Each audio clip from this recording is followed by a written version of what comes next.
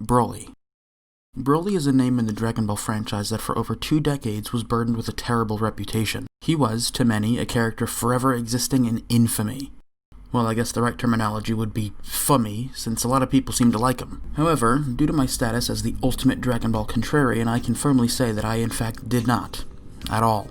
To me, Broly was a manifestation of everything wrong with Dragon Ball. Even more so, he was a manifestation of everything the original Funimation dub did to try to alter the tone of the series. As I'm sure you are aware, I am a fan of the original Japanese version, in which the tone of the series was much lighter and focused more on adventure over gratuitous violence. Seeing Broly, a character known entirely for his big muscles, massive battle power, and explosive transformations be so prevalent with not only the fanbase, but also outsiders looking in, definitely left a poor taste in my mouth.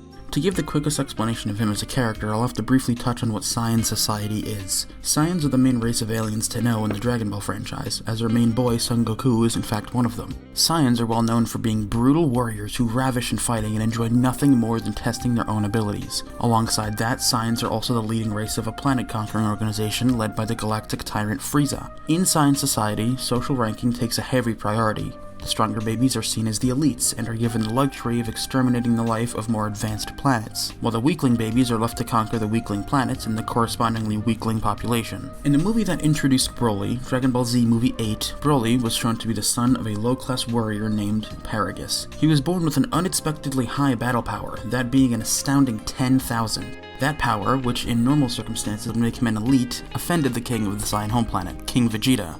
Not trusting a measly low-class warrior with such an abnormal battle power, King Vegeta found it best to try to exterminate Broly when he was still a child to prevent him from potentially turning against the Saiyan hierarchy and exterminating them. Needless to say, his plan failed. Broly and Paragus were able to escape Planet Vegeta's destruction, and eventually met with our heroes many years later to settle the score. It sucks that such an interesting concept for a character was wasted on someone as shallow as Broly was. In Dragon Ball Z Movie 8, Broly's characterization was as complex as his character design. He's got muscles and he's angry a lot. That's basically it. A big problem with Dragon Ball Z villains of the era was their characterization, specifically the lack thereof. While he is not the worst it gets, he very much exhibits the trait of being a metaphorical wall for our heroes to thwart, and he certainly acts like one too.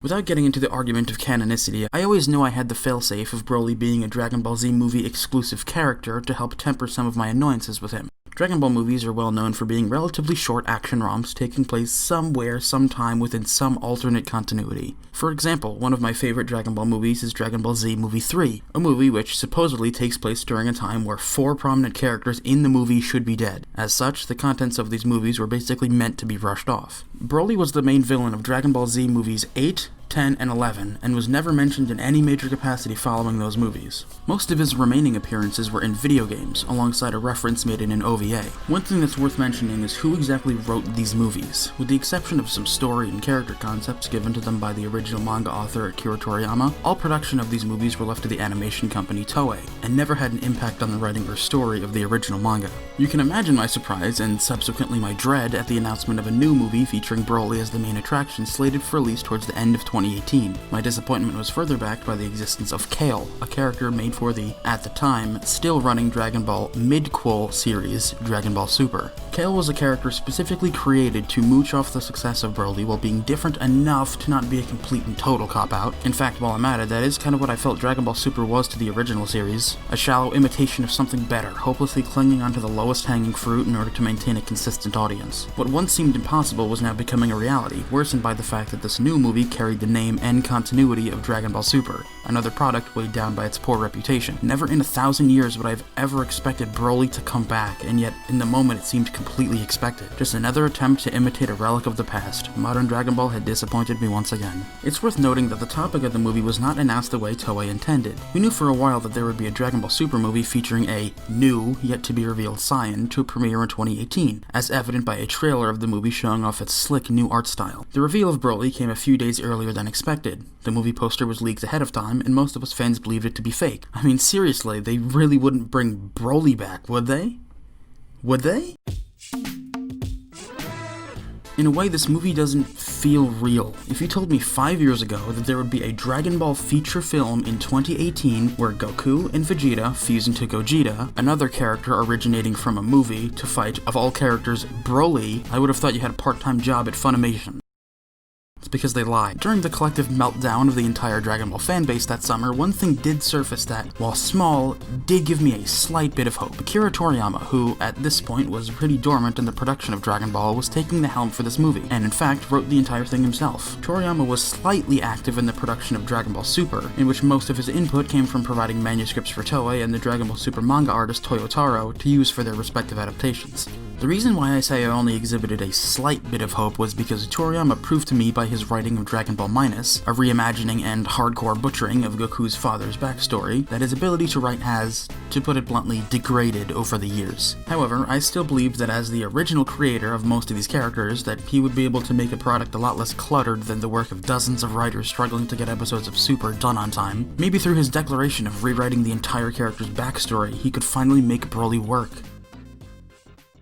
The trailers were pretty promising. A little too much stupid fucking dumb shitty Dragon Ball Minus, but other than that, there are plenty of reasons to be excited. The day finally came where I was able to watch it in theaters when it first premiered. Ignoring the fact that I had to watch the dub, since that's all they had in theaters, alongside the fact that I was a lot less bitter at Funimation back then due to the single remaining straw having yet to be placed upon the camel's back, I had a pretty good time. It took a while for me to truly appreciate the movie. When I first saw it, I was cautious about properly reviewing the experience, as Funimation is very well known for not sticking true to the original scripts. And yes, if you're wondering, they did add dialogue and swear words not present in the original, because of course they would. When I finally got around to watching it in Japanese, only a few days after its premiere in theaters, I was finally ready to see how it stacked up to the Dragon Ball movies of old. The answer is obvious, isn't it? I absolutely love it. In fact, I might even say it's my favorite Dragon Ball movie. However, it's got some tough competition. Now, there are a myriad of reasons why I find it so fantastic, but let's start with the most obvious, the characterization of Broly.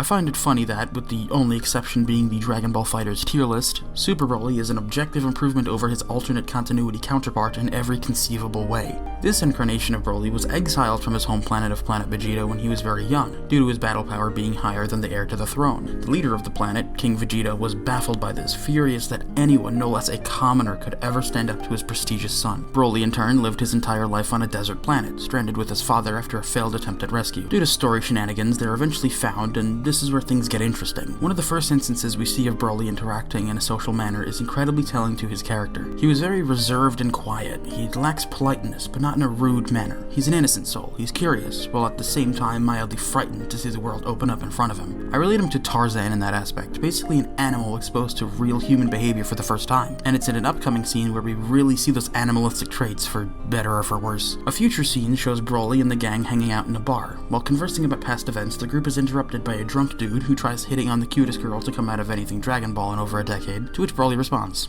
Harshly. Like, really, really harshly. Clearly Broly does not have much control over his emotions. It all comes to a head when Broly's father, Paragus, uses the mysterious collar on Broly's neck to give him a bit of shock therapy in an attempt to calm him down. Despite how clearly distraught Broly is, he reveals in a later scene how much he still respects his father, and implies he's willing to do anything he says because of that. Right out of the gate, we know 3 things about this new Broly. 1, he's innocent, and he tends to not enjoy doing anything harmful. 2, he's subservient, and respects the wishes of those close to him, even if it's to his own detriment. And most importantly, 3, no matter his moral standing, when he loses control, he really loses it. Again, he's almost like a caged animal, taking an opportunity to break free and go wild. And lose control, he very much will. This incarnation of Broly has an actual character. We get to see how he reacts to others, we get to see what makes him tick, and most importantly, we get to see his pain. Broly is very clearly the star of the show here. It was obvious that he was what Toriyama and Toei wanted the audience to focus on, as evidenced by this movie's incredibly direct title. What the original failed to do was make Broly a character worth following. In the original movie, he just kind of existed. He was there to be fought, and he certainly did fight. I want to stress how important it was to give Broly proper characterization. In a movie entirely focused on Broly and his interaction with himself and others, we need a reason to care about him. We need a reason to be able to understand him. There are more instances of this brilliant characterization later on in the film, but I'll leave it at that to avoid any potential spoilers. To wrap up my first point, I think the new movie did an excellent job on the characterization of Broly. Moving on from that, I'd like to finally address the obvious and significantly more eye-catching. This movie is gorgeous. As Dragon Ball progressed and became less lighthearted and more serious, the character designs were slowly altered to compensate. What used to be very soft and rounded designs became incredibly rigid and angular. This movie's character designer, now hero Shantae, decided to take the character designs back to the original roots, brightening up colors and rounding out sharp angles to make a nearly perfect transition from the early Dragon Ball manga to modern Dragon Ball animation. Ever since, coincidentally, Dragon Ball Z Movie 8, the animation character designer was Tadayoshi Yamamuro. His designs for the Dragon Ball cast in the late 90s host some of the most recognizable art the franchise has ever produced. Yamamuro was replaced as character designer for GT, but came back for the special Yo Son Goku and His Friends Return, and continued on with the subsequent Dragon Ball Z movies and all of Dragon Ball Super. One thing I will say about his designs is that even though they were amazing, as time has gone on, his art has changed, and in my opinion it has changed for the worse. What used to be defined expressions and fluidity in action scenes has become, on a visual front, a child smacking his action figures into each other to no end. Everyone looks so plasticky, the colors are way too saturated, and many defining character features were just lost to time. As someone who much prefers the softer designs, I very much appreciate the direction Shantae decided to take. These characters finally look good after so many years, it's so refreshing. Talking about the animation of this movie cleanly segues into my final point, the action choreography, because hot damn, is it spectacular. A common criticism I hear about this movie is that the fight takes up too much of it. The movie is about 100 minutes, 40 of which are reserved for the fight, and once it starts there are very few breaks. It can seem overwhelming, but to be honest, I don't really care. Barring some uses of CGI, the fight is absolutely incredible. I'm usually against the inclusion of fighting for fighting's sake, a hole that Dragon Ball movies typically fall into, but when it looks this good, I can't really complain. The choreography is on another level. When I saw Broly start stomping after Goku in the theater, I legitimately jumped out of my seat a bit out of pure hype. There's a brilliant use of a first-person perspective, something that has very rarely, if ever, shown up in Dragon Ball animation before, once Goku jumps on the scene. I barely noticed it in my first watch through, but I loved it when I did. In all honesty, one of the main reasons why I love the choreography in this movie so much is because Broly is one of the 3 characters I main in Dragon Ball FighterZ. What's interesting is that I decided to main Broly specifically because of how cool he looks in the movie and how well it translated to the game. That led to this perpetual cycle of hype whenever I watch this movie again, as I can't help but yell out the corresponding button combinations whenever I see Broly do something. Friendly reminder to buy and play Dragon Ball FighterZ. You don't even have to play it, just buy it. One thing I briefly mentioned that I would like to delve into further is how similar Broly is in this movie to the original Broly in Dragon Ball Z Movie 8. In both movies, Broly is a child prodigy with exceptional power that inevitably gets shunned by King Vegeta, so much so that it leads him on the brink of death, isolated from the rest of the universe. Both versions of Broly struggle to keep a hold on their power and eventually break free from the shackles of their father Paragus. This is to be expected, as the new movie was intended to be a reimagining of the original. If you told me years ago that I would be publicly singing the praises of Broly, I wouldn't even begin to believe you. But seeing how well Toriyama and Toei handled this reimagining has really changed my mind about it. One thing I didn't expect to come out of this movie was an appreciation for the original. I still don't like it very much, and I wouldn't recommend checking it out, but the concepts in that movie were pretty great. It's nice to see what could have been actually come to light in something watchable. As much as I joke about the original, it's far from the worst Dragon Ball movie, and whether or not I agree with it, its legacy is definitely something to consider. I'll even go as far to say that this incarnation of Broly is one of my favorite Dragon Ball characters, and I'm excited to see what they'll do with him in the future. If I could relate this feeling to anything, I guess I could use Crash Team Racing Nitro Fueled as an example. I have numerous problems with that game, but one thing I always appreciated was its inclusion of content from Crash Nitro Kart. Crash Nitro Kart was a game with incredible concepts, but entirely bogged down by its poor gameplay. I remember very vividly booting the game up a while back with my older brother after years of dormancy and thinking, God, power sliding feels really unsatisfying. I felt like the game was nothing more than an attempt to one-up the original CTR on PS1, something it very much failed to do. As much as I joke about Nitro Fueled, taking those great concepts and characters and putting them into a game that was actually fun to play was incredibly refreshing. Watching a movie about Broly, a name I used to detest, and genuinely enjoying what could have made the previous movie great was just as rewarding. To go on a bit of a tangent, one thing I very frequently hear when recommending a game like Dragon Ball FighterZ is the assumption that one needs to be a Dragon Ball fan to truly appreciate the experience. I very much say no.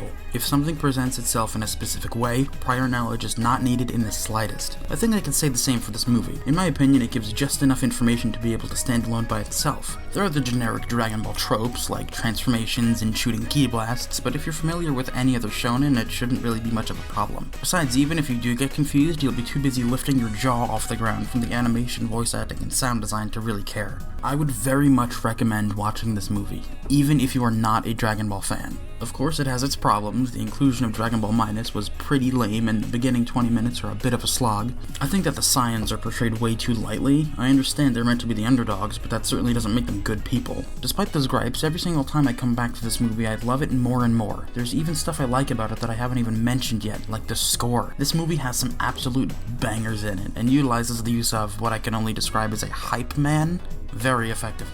Obviously, you should watch it in Japanese. Even ignoring how shady of a company Funimation is, the performance of Broly in the Japanese version, portrayed by Bin Shimada, is an absolute joy to hear. He perfectly captures that animalistic instinct Broly possesses to a T. I have no idea how the man does it, but I'll continue to support it until the day I die. It's genuinely that good. How you'll get a hold of this movie is up in the air, but I will say one thing. Definitely do not buy the Blu-ray Funimation produced. As with most of their endeavors relating to Dragon Ball home releases, it has several problems that negatively affect the viewing experience. In the Blu-ray's case, the entire movie is plagued by a slight green tint applied to the footage. How it got there, I have no idea, and Funimation has certainly not given an answer or an apology, which is par for the course. So I guess that just leaves the internet. I'm sure you get what I'm saying. Broly used to be a character I couldn't stand watching. His very existence challenged what I enjoyed about Dragon Ball. Excessive violence, bland characterization, cheap transformations, action for action's sake, etc. Ironic, as my favorite part of this movie is its fight choreography, but I still enjoy it nonetheless. I'm glad that Toriyama and Toei decided to take another stab at Broly, no pun intended, as he was certainly a character with a lot of wasted potential. My only fear is that they'll make this a trend and reimagine an already cool villain into something less interesting. Please don't ever touch Cooler or Baby, they are already awesome enough as they are. You know, talking so much about Broly has really drained my creative juices, and I really don't know how to end this video. So, I don't know. Watch this. How about this one? I call it bold and brash. More like belongs in the trash! Ah!